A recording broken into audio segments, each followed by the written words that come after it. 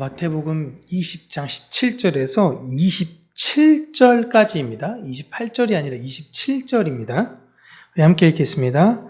예수께서 예루살렘으로 올라가려 하실 때에 12 제자를 따로 데리시고 길에서 이르시되 보라 우리가 예루살렘으로 올라가노니 인자가 대제사장들과 서기관들에게 넘겨짐에 그들이 죽이기로 결의하고 이방인들에게 넘겨주어 그를 조롱하며 채찍질하며 십자가에 못 박게 할 것이나 제3일에 살아나리라.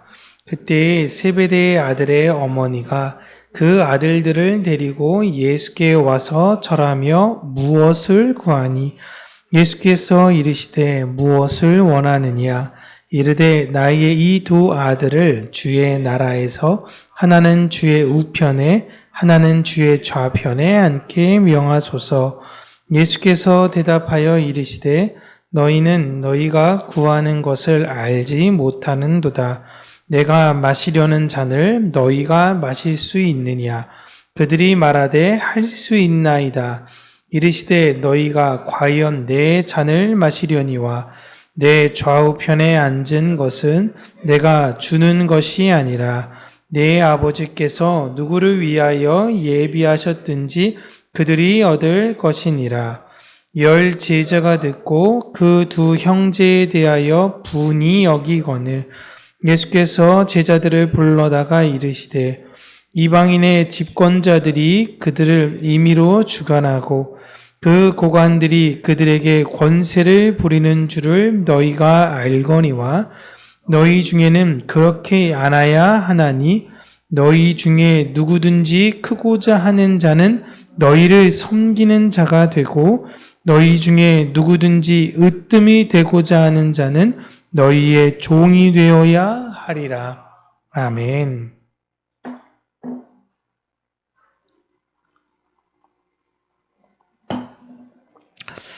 오늘은 먼저 된 자, 나중 된 자라는 제목으로 하나님의 말씀을 우리 사랑하는 성도님들과 함께 나누도록 하겠습니다. 이 먼저 된 자, 나중 된 자라는 것에 대해서는 많이 들어보셨을 텐데 이것은 이렇게 쉽게 이야기하면 내 안에 있는 본능을 거부해야 된다라는 말씀이고 예수님께서 다시금 제자들에게 당부하셨던 말씀입니다. 크고자 하면 섬기는 자가 되고 으뜸이 되고자 한다면 종이 되어야 한다라는 말씀입니다. 분명히 머리로는 이 내용들을 다 알고 있는데 실상 이걸 적용하려고 할 때 참 많은 어려움이 있죠. 왜냐하면 인간은 본능이 그렇기 때문에 그렇습니다. 그러나 우리 안에 있는 이러한 본능을 거부해야 되는 그런 사명을 하나님께서 우리에게 주셨고 이런 아름다운 열매가 우리 평강교회는 잘 맺혀지기를 바랍니다. 천국에 들어가지 못하는 사람을 이제 먼저 데려다가 나중에 된 사람이라고 예수님이 말씀을 하시죠. 앞에서 자꾸만 무언가를 하고 잘나 보이고 멋져 보이고 이런 누가 봐도 천국에 들어갈 것 같은 사람들이 오히려 천국에 들어가지 못한다라는 것으로 오늘 본문까지 세 부류로 등장을 하는데 먼저로는 넘겨주시겠어요? 먼저로는 젊은 부자가 나옵니다. 젊은 관리, 부자가 나오는데 이 사람은 이제 다 가졌어요. 천국에 못 가는 세 가지 조건. 어른이면 안 되고 남자면 안 되고 부자면 안 돼요. 아이여야 되고 여자여야 되고 마음이 가난해야 되는데 이 젊은 관리는 다 가진 사람이 등장하죠. 예수님이 그 소유를 다 팔아서 어려운 사람에게 나눠주고 너는 나를 의지하고 따라오는 어린아이요 여자가 되어야 된다라고 이야기했더니 이 사람이 근심하고 떠납니다. 이 사람은 그 누구보다 먼저 되려고 애썼던 사람이었어요. 두 번째로는 포도원 농장 주인에 관한 비유에 나왔던 일찍 일하러 왔던 사람들의 모습이었습니다. 이 비유의 내용은 많이 일하면 많은 소득을 얻게 되는 이 세상의 법칙이 하늘에서는 적용이 되지 않는다라는 걸 이야기하고 있죠. 모두가 다 어떠한 노력을 했든지 공평하신 한 데나리온이신 예수를 받는다는 말씀을 드렸습니다. 고로 노아의 수고나 아브라함의 수고나 모세의 수고나 다윗의 수고나 사도 바울의 수고나 저의 수고나 여러분의 수고나 똑같은 거예요. 누가 제일 억울해요? 여러분, 우리가 어떻게 명함 내밀어요? 아니, 그분들이 똑같이 받는다는데 어떻게 명함을 내밀어요? 그런데 여기서 명함을 내미는 사람이 있다는 겁니다. 하나님, 그래도 내가 쟤보다는 좀 많이 받아야 되는 거 아닌가요? 네. 조금이라도 먼저가 되려고 싶은 그런 사람들. 하나님 나라는 이 세상과는 완전히 뚜렷하게 구별이 되는 곳이라는 것을 이 비유로 말씀해 주시고 있죠. 하나님 나라는 서로가 서로의 것을 채우고 나누며 내게 주어진 것에 감사하는 곳으로, 그곳에 있는 모든 사람들은요, 한 데나리온이며 일용할 양식이신 예수 그리스도를 소유하고 그 예수 그리스도의 한 데나리온으로 기뻐하는 사람들이 있는 곳이다 라는 걸 이야기하고 있는 것입니다. 그리고 마지막으로 예수님을 왕으로 생각하여 오해하는 제자들의 모습이 나옵니다.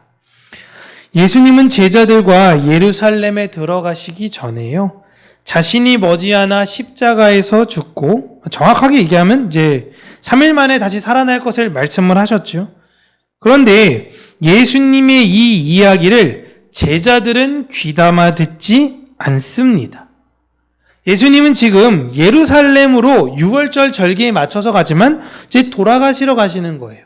예수님은 죽으러 입성하시는데 제자들은 그런 예수님이 왕으로 입성하신다고 생각을 합니다.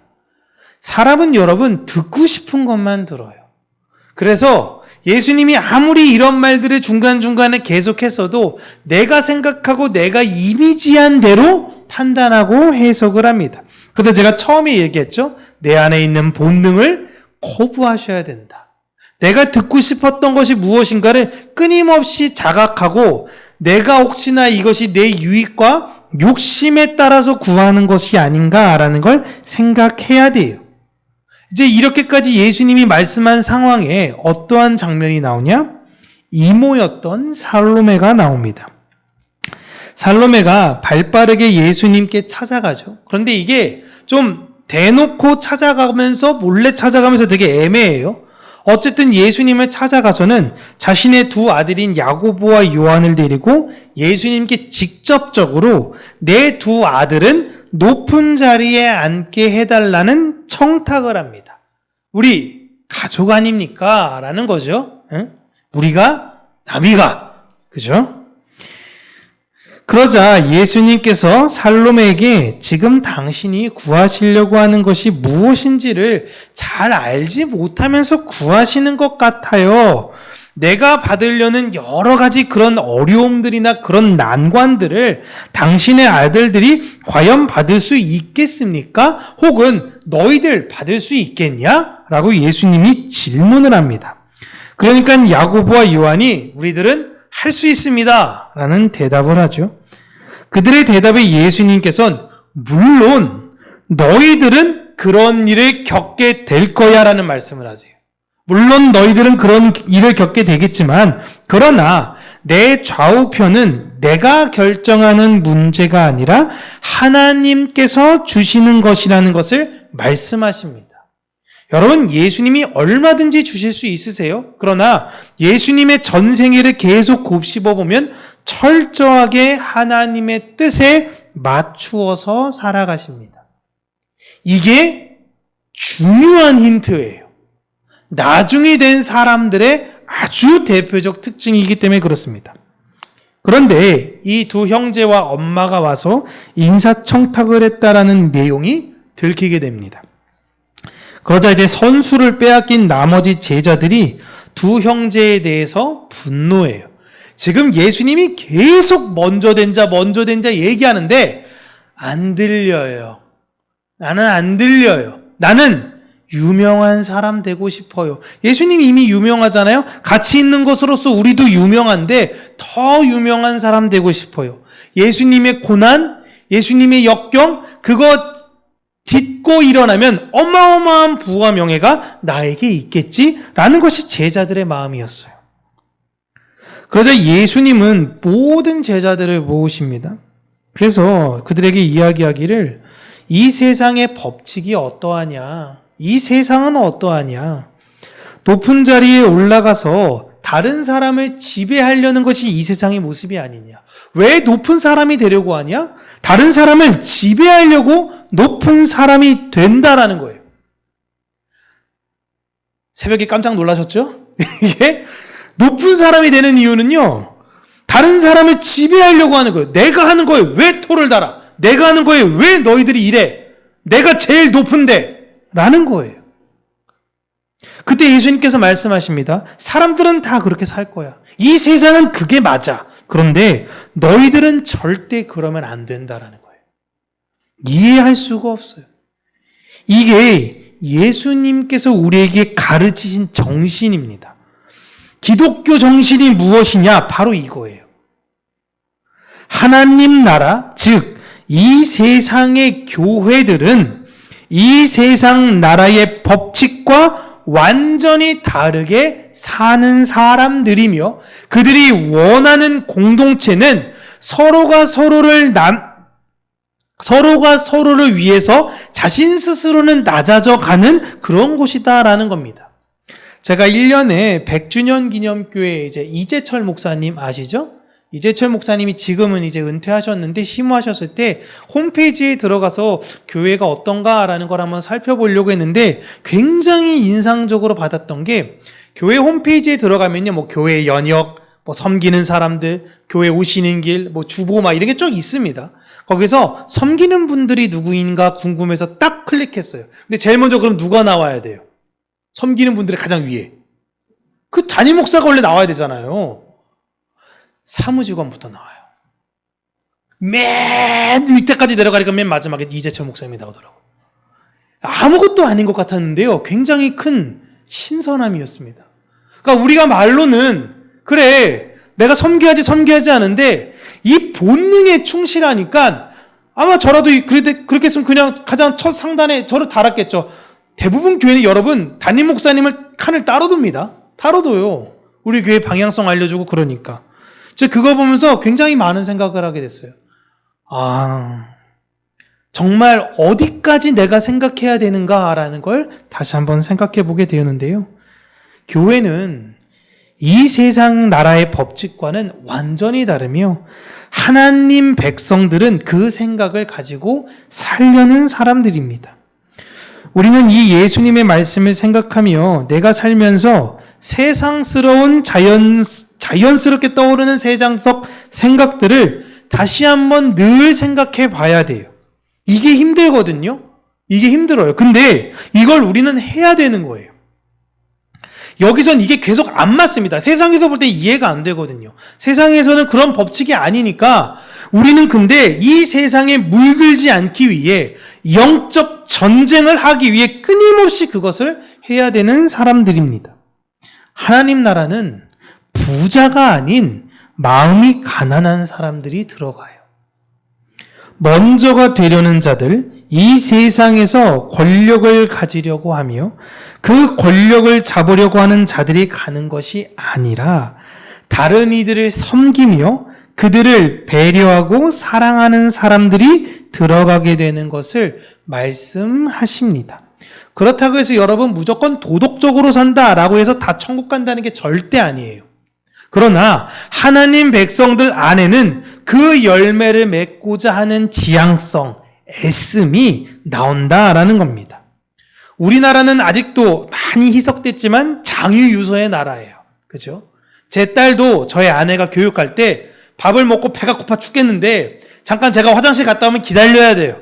아버지가 숟가락을 들어서 뭐라도 찌르기 전까지는 못 먹습니다. 아직까지도 이러긴 이래요. 이런 장유유서 나라에서 어른들이 아이를 진실되게 섬기는 것 정말 쉽지 않죠. 여자나 장애인들이 사람으로 취급되지 않던 시대 속에 교회는 그들을 배려했습니다. 주인을 버리고 떠난 도망친 노예를 형제로 받아들여야 된다라고 사도 바울이 오네시모에게까지 권면했어요. 빌레몬에게 권면했어요. 예수님은 소외되어 외로운 자들을 위해서 왕이 되신 것이 아니고 세상 권력자들에게 의해서 죽임을 당하셨습니다. 사람들이며 제자들이며 예수님에게 기대했던 그런 신과 같은 모습으로 등장하셔서 이 세상 권력자들을 다 파하시고 새로운 권력으로 리모델링 하실 줄 알았는데 그 신과 같은 분이 죽어버린 겁니다. 이 세상에 너희들이 바라고 너희들이 원하는 그런 신은 없다라는 것을 예수님께서는 스스로의 죽음으로 보이신 것입니다. 교회가 이 세상에서 죽는 이유는 여러분 제가 죽거든 평강교회에서 그래도 흉상 하나 만들어주세요. 다른 건 바라지 않습니다. 아니면 나를 기념해서 좀 오랫동안 추도식을 열어주세요. 이런 것이 아니에요. 나라는 존재는 철저히 무익하며 오직 예수 그리스도만 드러나기를 원합니다. 그 마음을 가지고 죽는 겁니다. 우리는 먼저가 되기 위해서 발버둥치며 살아가는 이 세상 사람들과는 달라야 합니다. 또한 먼저가 되고 싶어서 나중인 척 내가 하면 하나님이 나중인 척한 나를 봐서 먼저로 세워주시겠지라는 교활한 사람이 돼서도 안 돼요. 우리는 순수하며 진실된 사람이어야 됩니다. 우리는 진짜 나중인 사람이 되어야 해요. 당신이 먼저가 되십시오. 당신이 제 앞에 서십시오. 당신이 먼저 가십시오. 이것에 있어서 좋은 것이 있을 땐 당신이 먼저 되십시오. 당신이 저보다 더 많은 것을 누려야 합니다. 나는 이미 예수를 가진 것으로 충분합니다. 아직 예수를 모르시다면 그 예수를 알기 위해 우리가 여러 가지 당신의 궁핍함을 제공하겠습니다. 여러분, 교회가 얼마나 이렇게 충실되게 살았으면요, 사도들이 볼 때 이게 교회에 약간 사기꾼 같아 보이는 사람들이 많이 있는 거거든요. 그러니까 자꾸 누구를 이용하려고만 하는 거예요. 교회 와가지고 베껴 먹으려고. 야, 나 이거 어려운데 좀 도와줘. 나 이거 힘든데 좀 도와줘. 계속 도와달라 그래. 그럼 이 사람한테 뭐 해달라 그러면 아니 나 바빠. 이런 사람들이 너무 많은 거예요. 그러니까 교회 사람들이 계속 섬기면서 마음이 어렵고 힘들고 이런 상황을 마주하니까 지혜롭게 하여야 합니다라고까지 이야기할 정도예요. 근데 사도들이 그렇게 얘기해도 성도들은 그렇게 진실되게 섬겼다라는 거예요. 대단하죠? 우리는 이미 예수를 가진 자들입니다. 이것으로 충분하다라는 것이 그냥 머릿속에 떠오르는 것이 아니라 진실된 믿음의 고백이 되었으면 좋겠어요. 그래서 이 세상에 모두가 다 하나라도 더 채워가려고 애쓰는 이 시대 속에 여러분, 사람들이 왜 이렇게 불안해합니까? 우리나라 망할 것 같아요. 경제가 어려워요. 전쟁 날지도 모를 것 같아요. 뭐가 궁핍해요. 사람들을 채우지 못하면 두려워해요.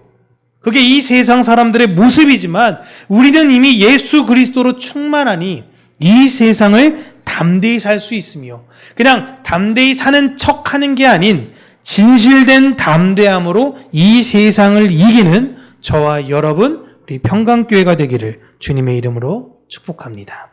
기도하겠습니다. 살아계신 하나님 아버지,